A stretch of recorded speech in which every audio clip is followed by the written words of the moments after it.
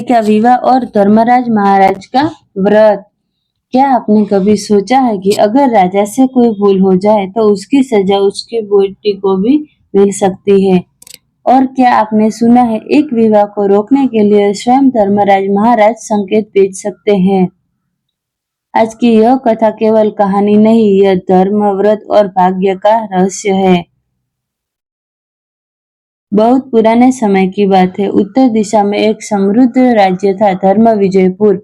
उस राज्य के राजा थे राजा वीरसेन, पराक्रमी, न्यायप्रिय और प्रजा में प्रिय। लेकिन राजमहल में एक कमी थी। राजा रानी को कोई संतान नहीं थी। वर्षों की पूजा तपस्या के बाद रानी सौम्या देवी ने एक कन्या को जन्म दिया। पूरे राज्य में उत्सव मनाया गया। ज्योतिषों ने कहा यह कन्या साधारण नहीं है, इसके जीवन में धर्मराज महाराज की छाया रहेगी। कन्या का नाम रखा गया धर्मकांता। समय बीता, धर्मकांता बड़ी हुई, सुंदर, बुद्धिमान और करुणामयी। वह राजमहल में रहकर भी गरीबों के दुख सुनती। जब विवाह योग्य हुई तो कई राज्यों से प्रस्ताव आए। अंततः उसका विवाह राजकुमार अरिंदम से तय हुआ। विवाह की तिथि निश्चय हुई। महल में तैयारियां शुरू हो गई, लेकिन तभी राजमहल में एक अजीब घटना होने लगी। रानी सौम्या देवी को लगातार एक ही सपना आने लगा। सपने में एक विशाल दरबार, एक सिंहासन और उस पर बैठे थे धर्मराज महाराज। वे कहते, जो व्रत भूल दिया है वह विवाह से पहले पूरा होना चाहिए। रानी डर कर जाग जाती। कुछ दिनों बाद राजकुमारी धर्मकांता ने भी एक सपना देखा।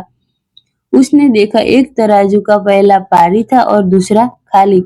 एक गंभीर स्वर आया, संतुलन विवाह अधूरा है। राजा वीरसेन ने राजपुरोहितों को बुलाया।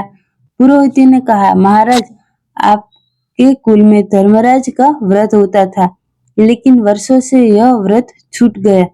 राजा स्तब्ध रह गए। उन्हें याद आया राज्य विस्तार और युद्धों में उन्होंने उस व्रत को भुला दिया। निर्णय हुआ, विवाह से पहले धर्मराज महाराज का व्रत किया जाएगा। व्रत की रात महल में दीप जलाए गए। आधी रात को अचानक हवाएं तेज चलने लगी। महल में ज्योति मंद पड़ गई। धर्मकांता की आंखें बंद की।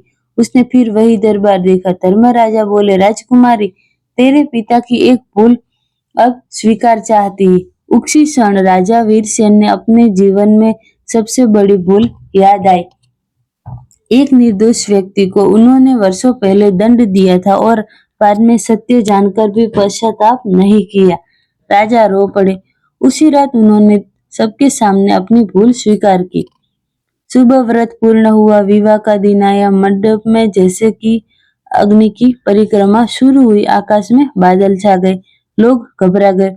तभी राजा वीरसेन ने हाथ जोड़कर कहा, हे धर्मराज महाराज, मैंने आपका दोष स्वीकार किया है। अचानक बादल हट गए। सूर्य की किरणें मंडप पर पड़ी। विवाह सफलतापूर्ण हो गया। उसी रात मंदाक्रांता ने अंतिम सपना देखा। धर्मराज बोले, व्रत भूखे रहने का नाम नहीं है, व्रत स्मरण है कि कर्म कभी अकेले नहीं चलते। आज भी लोग कहते हैं, राजा की भूल बेटी के भाग्य तक पहुंची है, और जब धर्म जागता है तो देवता भी मार्ग खोल देते हैं। बोलिए धर्मराज महाराज की जय। अगर आपको यह कहानी थोड़ी सी भी अच्छी लगी तो लाइक